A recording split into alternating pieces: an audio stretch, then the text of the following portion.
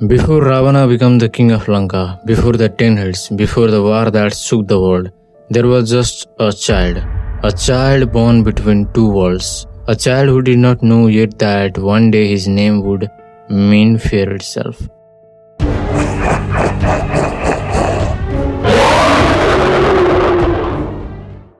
This is the story of how that child was made. Part 1. Two worlds, one child. Long ago in the old stories, a sage named Vishrava lived a life of deep knowledge and discipline. He was calm, he was respected, he was a man who spent his life chasing wisdom. But his son would not walk the same path. Ravana's mother came from a different world, a world the wise man looked down on, a world of demons, the Rakshasas. So from the very first day, Ravana was two things at once, half wisdom, half wildness, half light, half shadow.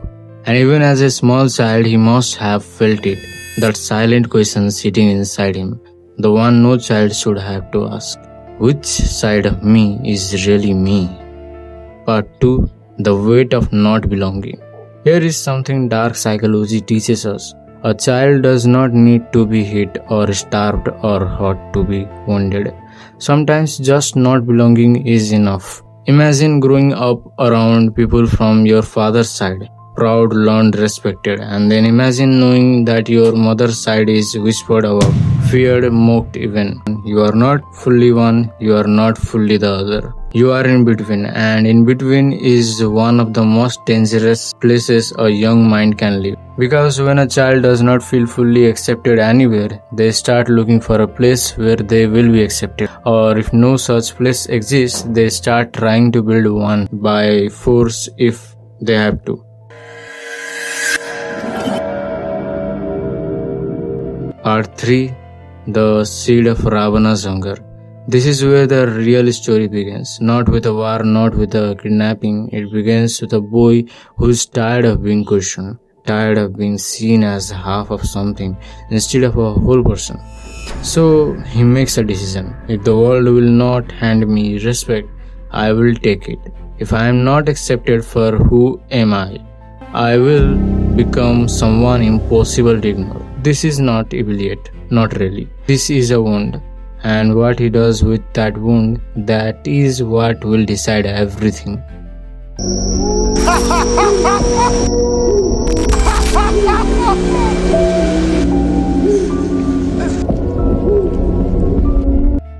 Psychologists have a name for what young Ravana was likely feeling: identity conflict. It happens when a person is pulled between two groups, two cultures, two versions of who they are supposed to be, and neither side fully claims them. Left alone, this feeling fades with time and belongings. Left unhealed, it turns into something else, a hunger.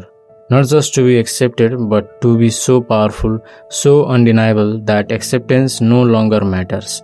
Because everyone will have to notice you, whether they like you or not. This single wound, if you watch closely, will explain almost everything Ravana does for the rest of his life. I am who I am. You don't like me. That's your problem. Here's the question this episode leaves you with. Your environment, your family, your background, the way people treated you growing up, all of that shapes you, but it does not decide you. Ravana had a choice at every step. So do you. The environment builds the wound, but you decide what you build on top of it. So ask yourself honestly, are you building on your wound or are you being controlled by it? But young Ravana was not satisfied with simply knowing who he was, knowing he was not enough for him. He wanted the entire world, every kingdom, every god, every soul in the three worlds to know his name. He wanted the entire world, every kingdom, every god, every soul in the three worlds to know his name. And to get that, he was about to do something no ordinary man would dare.